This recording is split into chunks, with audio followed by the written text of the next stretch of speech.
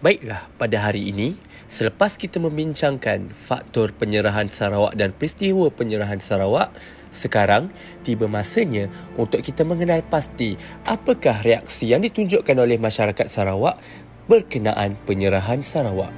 Sejarah penyerahan Sarawak ini telah berlaku pada 24 September 1941 di Kuching, Sarawak, yang mana Charles Vyner Brooke menyambut 100 tahun penaklukan dinasti Brooke di Sarawak.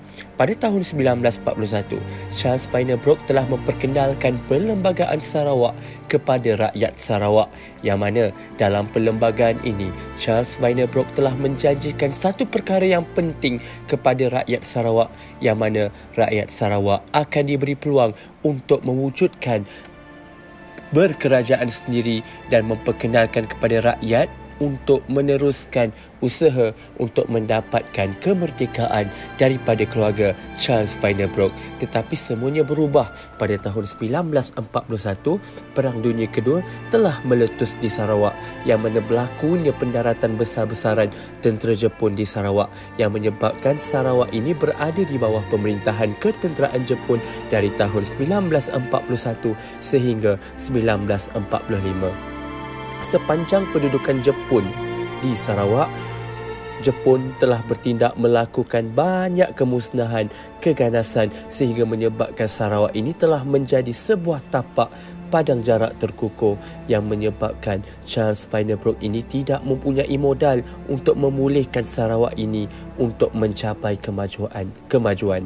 Atas dasar itu, keluarga Charles Vyner Brooke telah mengambil keputusan untuk menyerahkan Sarawak ini kepada Empire British untuk ditadbir secara langsung dalam pendudukan Empire British.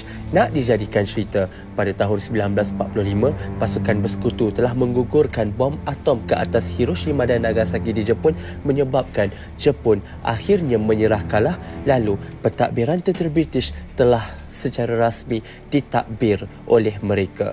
Pentadbiran tentera British diperkenalkan di Sarawak selama tidak kurang pun, tetapi akhirnya telah berjaya diserahkan kepada Charles Vyner Brooke. Charles Vyner Brooke telah menyerahkan pentadbiran kepada Empire British. Penentangan masyarakat Sarawak ini berlaku. Rakyat Sarawak menentang penyerahan Sarawak ini dengan melakukan persidangan.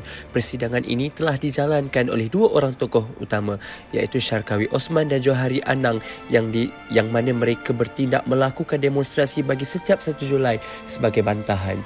Kemudian penentangan juga dilakukan dengan surat khabar melalui utusan Sarawak, yang mana utusan Sarawak mengutuk tindakan British menghalang Anthony Brooke untuk pergi ke Kuching, Sarawak. Keadaan demonstrasi juga berlaku apabila mereka bertindak melakukan bantahan terhadap pelantikan Governor baru, iaitu Charles Arden Clark sebagai Governor pertama Sarawak.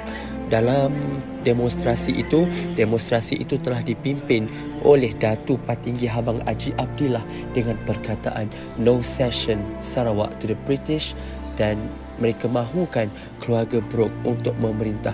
Baik, mereka membantah penyerahan Sarawak atas dasar Charles Vyner Brooke telah mengkhianati janji Perlembagaan 1941 untuk memberikan kemerdekaan kepada Sarawak.